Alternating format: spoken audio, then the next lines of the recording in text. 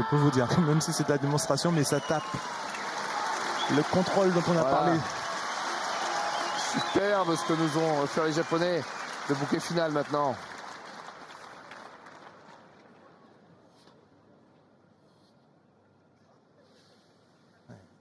Ouais, c'est fait.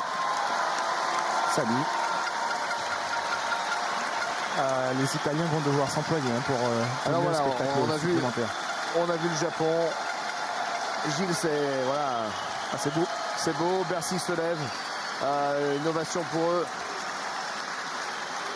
Qu'est-ce qu'on est capable de faire derrière ça? Mais les Italiens peuvent nous proposer quelque chose de meilleur même. Ils en sont capables avec leur leader Luca Valdesi, qui est plusieurs fois champion du monde. Maintenant la prestation qui a été faite, elle est extraordinaire. Donc on attend voir ce que les Italiens vont nous proposer. Ils ont l'habitude de faire le kata Gankaku, qui est un kata très risqué, où il y a plusieurs passages sur une jambe. On verra s'ils sont fidèles à leur tradition. En tout cas, eux aussi, c'est du lourd. Et je vous rappelle que les katas sont, comme pour les katas en individuel, sont notés par les 5 juges à l'appréciation, au visuel, au ressenti. Et ce sont les 5 juges qui décideront avec les drapeaux tout à l'heure de qui, entre l'Italie et le Japon, gagnera cette finale. Donc Valdesi est à gauche sur votre écran. Et voici. Gankaku, c'est exactement celui-là. Vous verrez, il est impressionnant ce kata.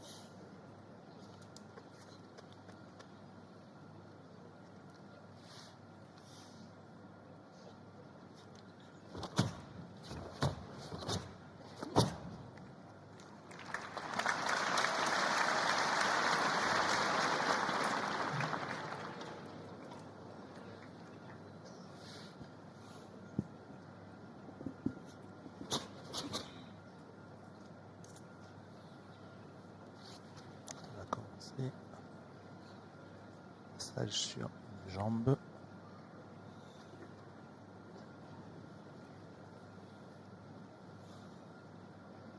Quel équilibre. Finale des championnats du monde, il faut le faire. Deuxième passage sur une jambe.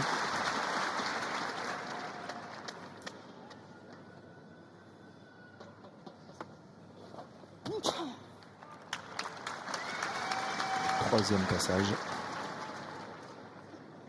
Faut être sûr de soi. Ça... Regardez celui-là avec un tour. Oh, magnifique. Ah. C'est pas mal. C'est pas mal. C'est pas mal. Vous avez vu l'attitude des Japonais qui étaient concentrés. Ils ne regardent pas trop. Ils sont un peu avec le regard dans le vide. Ils restent concentrés sur ce qu'ils ont fait. Ils regardent devant eux. Allez, maintenant, deuxième partie du kata. L'application par les Italiens de ce que vous venez de voir en démonstration.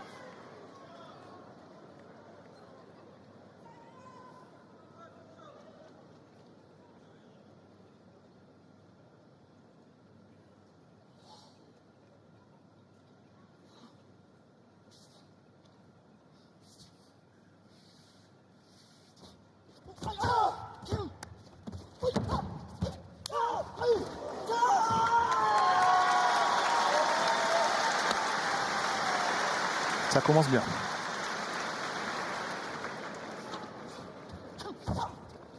Blocage, contre-attaque, tout y passe, technique de jambe. Et balayage projection.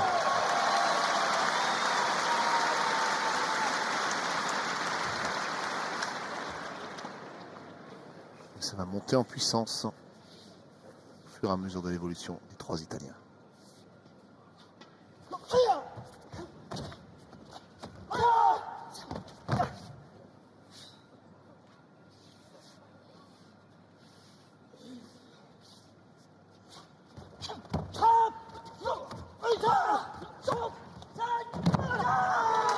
Balayage retourné.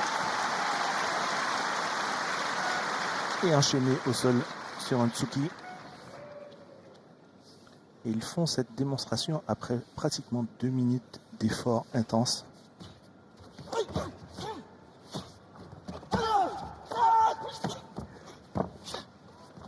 Oh.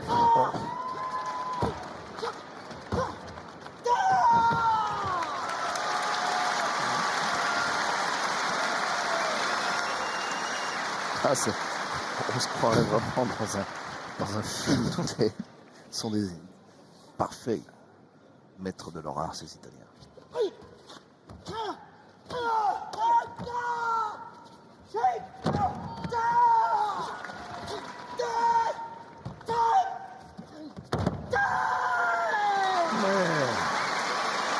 En plus, le kata est déjà une discipline de démonstration. En plus, quand il rajoute des techniques spectaculaires telles que des projections, des balayages, des techniques de jambes, sauter, retourner, ça donne cette impression, ça dégage cette puissance. Et c'est beau à voir.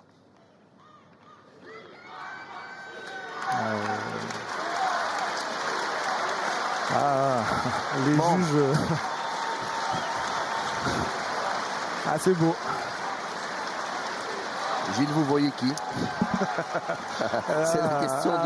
C'est la question du novice au spécialiste, mais bon, là, c'est vrai que c'est un ressenti. Donc, c'est un ressenti. Moi, j'ai bien aimé ce que les Japonais ont fait. Les Italiens ont été pas mal aussi, donc je vois quelque chose de serré. Ça peut basculer pour l'un ou pour l'autre. Les Italiens étaient plus présents, peut-être. Peut-être les Italiens. Japon 5-0. Japon 5-0. Japon 5-0. Mérité. Même si chacun des arbitres peut-être pensait que c'était limite, mais les 5 ont décidé que les Japonais ont fait une meilleure prestation aussi bien technique que démonstrative au niveau du kata et du bunkai. Ils ont bien travaillé, on ne peut que les féliciter. Bravo à eux. Voilà le Japon donc qui est champion du monde en kata.